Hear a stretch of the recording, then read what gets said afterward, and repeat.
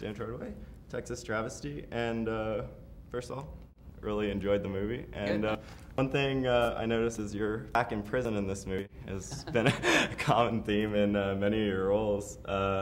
So do you prepare differently for this movie in terms of like going back to prison, or you play off a past experience when you're in that I mean, I've probably only done 3 out of 25 films. Yeah. Really they were good. They were good films. But it was interesting, very interesting.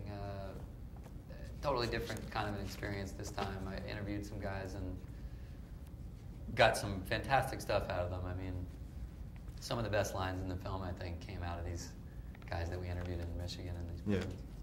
I saw that some of the strongest scenes in the movie took place just in the exchanges that you and Robert De Niro had in an enclosed office. And what was it like working with him again? And, great. I mean, De Niro's, you know, he's not who he is for no reason.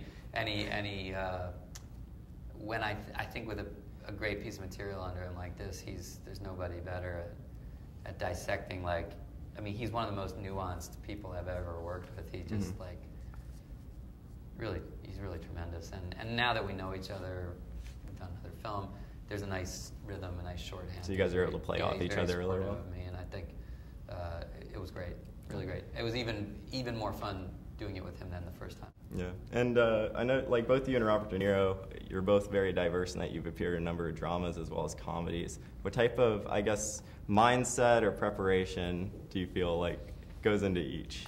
Well, sometimes, I mean, even with a comedy, sometimes you've got to really work to, you know, you got to make a real character, you know. I mean, we were talking about Leaves of Grass, which I don't know when this will air, but it's opening the weekend that we're here with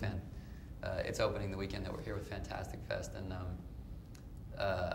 Leaves of Grass was, you know, that was as much fun as I've had making a movie in a long time. It's hysterical. I was laughing like all day, every day. But that character, one of the two twins, twins who's a, you know, kind of a good old boy from southern Oklahoma, you still have to kind of do the work, you know, to work him out and sort him out. And so it's kind of the same either way. But I will say that making Leaves of Grass was a lot more lighthearted than Making Stone.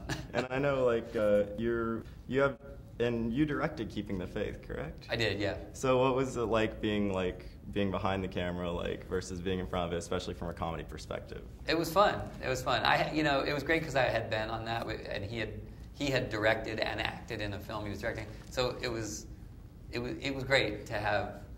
You know, we could kind of like walk over to the monitor together and take a look and go, yeah, we're happy. You know, it's making us laugh. I mean, I've hung out. You know, I'm friends with Jonah Hill and been around on his sets and stuff. And like I think on comedies, like if you're making yourself laugh, that's a good sign. You know.